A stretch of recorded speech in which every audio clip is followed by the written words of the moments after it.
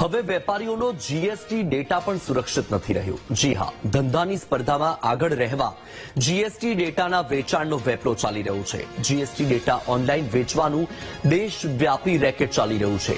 સુરતના સીએ એસોસિએશને નાણામંત્રીને પત્ર લખીને રજૂઆત કરી છે। પત્રમાં જીએસટી વ્યવસ્થાની ગંભીર ખામીઓ અંગે ધ્યાન દોરાયું।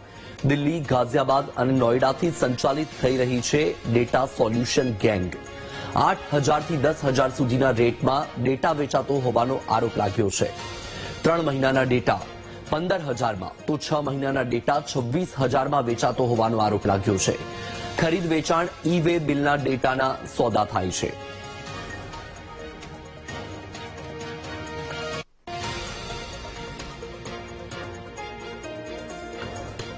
તો આપણે જણાવી દઈએ કે જીએસટી ડેટા ઓનલાઈન વેચવાનું દેશવ્યાપી રેકેટ ચાલી રહ્યું છે। આરોપ લાગ્યો છે। સુરતના સીએ એસોસિએશને નાણામંત્રીને પત્ર લખ્યો છે અને પત્રમાં કેટલીક બાબતોનો ઉલ્લેખ કર્યો છે, કેટલીક રજૂઆત કરી છે। પત્રમાં જીએસટી વ્યવસ્થાની ગંભીર ખામીઓ અંગે સીએ એસોસિએશને ધ્યાન દોર્યું છે। દિલ્હી, ગાઝિયાબાદ અને નોઈડાથી એક ડેટા સોલ્યુશન ગેંગ સંચાલિત થઈ રહી હોવાનો પણ પત્રમાં ઉલ્લેખ કરવામાં આવ્યો છે।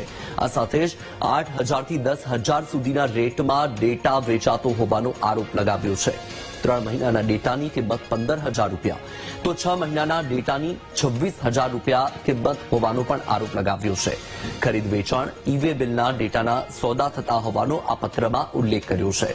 આપણે જણાવી દઈએ કે જ્યાં એક તરફ હવે સોશિયલ મીડિયાનો જે વ્યાપ વધી રહ્યો છે તેની સાથે સાથે જ જે સોશિયલ ક્રાઇમ છે, સાયબર ક્રાઇમ છે, એ પણ એટલો જ વધી રહ્યો છે।